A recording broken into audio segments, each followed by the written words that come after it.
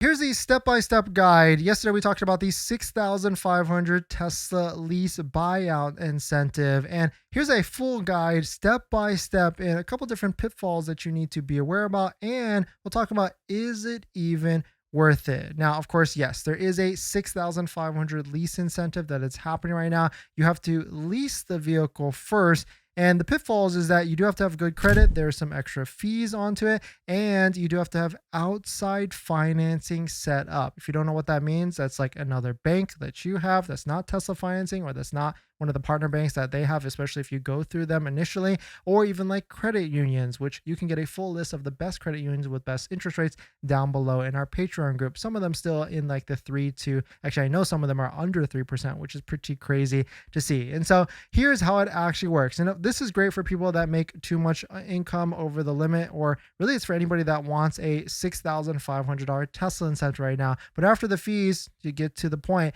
it actually is around like $5,000. But you also have to factor in your time and effort, because it's not just as easy as just buying a Tesla from Tesla and getting $5,000 to $6,000 off. Here's the steps. So the first one is you have to lease the vehicle through Tesla, and you have to choose whether Tesla Trust Lease, which is the Tesla Trust leasing system, or the Chase Bank. I know both of those allow it, but it's, your miles may vary if it's a different bank. Tesla one is actually the best because it gives you the lease purchase option on day one within the app and everything. The next thing is, after you pick up your Tesla, you're going to want to get a payoff quote or a lease buyout quote. That's going to have like the disposition fee. It's going to have all these other fees potentially in it. And also, it's going to give you the price that you need to basically fork over to be able to take ownership of the lease from the leasing bank. Within the Tesla app, it's immediate because it's through Tesla leasing.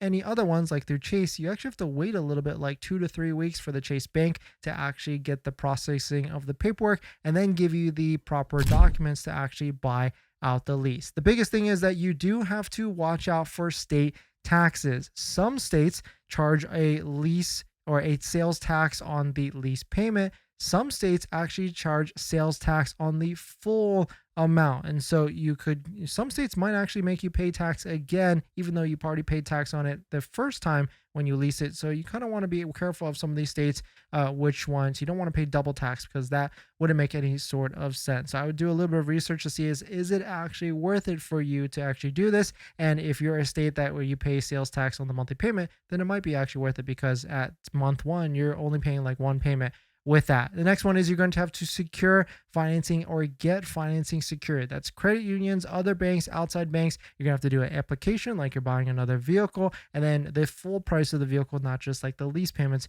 or anything like that. And after you get approval from there, which if you need a bank, definitely check out our Patreon group with all the different best credit unions. Then you're going to complete the buyout by having your credit union send the check to yourself or send it directly to Tesla or Chase or whichever. And then you basically have purchased the vehicle from the leasing company. After that, it's not over yet, because you have to register the vehicle. So then you'll get the title in hand. You go to the DMV, register it. And so you can see it's not just as easy as just buying the vehicle directly, but depending on how much you want to save here, or if your time is worth that, then it could be worth it to get like the $5,000 or almost $6,000 depending on your state and everything. And so let us know what your thoughts are. Let us know what you're thinking. I kind of just wanted to make a step-by-step guide to clear up any confusion here. And of course, it's still a little bit more complicated for most. And so certainly there's forums like Tesla Motors Club that we linked the other day, in which you could kind of see other people's experiences to see if it's actually worth it and everything. But let us know what your thoughts on it. Let us know what you're thinking.